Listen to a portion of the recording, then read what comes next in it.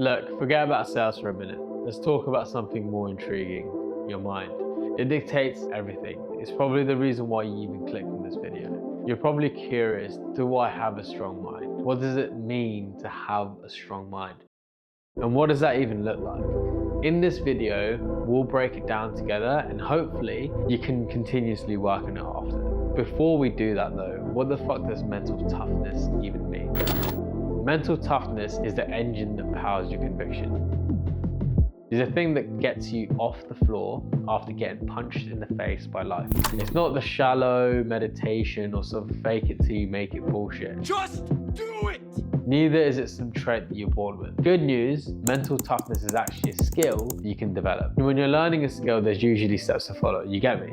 So today, I'm going to be talking about Alex Hormozi's framework, which basically breaks down mental toughness into 4 main traits: tolerance, fortitude, resilience, and adaptability. So let's take a deep dive into what those actually mean and how to apply them right now. Tolerance. This means that you can take the pain that life hits you with. As long as we're living, there'll be good times, there'll be tough times, there'll be peaks and troughs and highs and lows.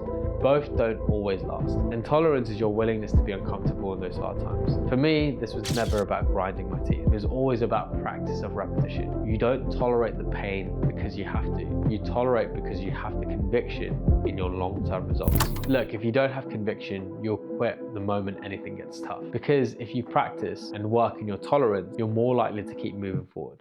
Fortitude. Having fortitude is about separating your feelings from your behavior. Practicing this does not mean invalidating your own feelings. It's far from numbing it out. You're allowed to feel anxiety, self-doubt, or fear. What fortitude does is it breaks down the link between how you feel and how you act. Okay, just because you feel like shit doesn't mean you have to act like shit and treat others or yourself like shit. In a way, separating your feelings from your behavior is a sign of maturity. How do you personally deal with rejection? Does it get to your head?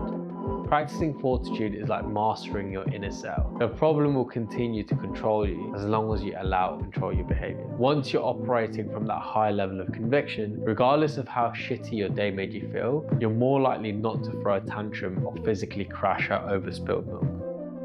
Resilience.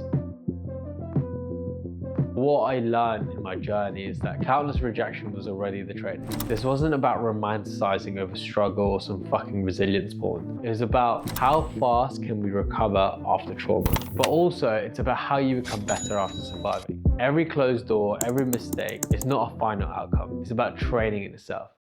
Our moments of greatest growth typically comes from the biggest upset, which leads us to the last point and probably the most crucial of transformation: adaptability. You don't just survive. You use the upset as fuel for transformation. You take the data, you adjust the process, and you just become better. You transform. So we've broken down the 4 points. These essentially are the key values to toughening your mind. And the tougher your inner strength becomes, the closer the reality that you desire comes to you. If you want something, anything in life, it all comes from within. Truth is, you don't need to follow anyone's blueprint or step-by-step in order to get to your goals. You just need to be open enough to learning about yourself.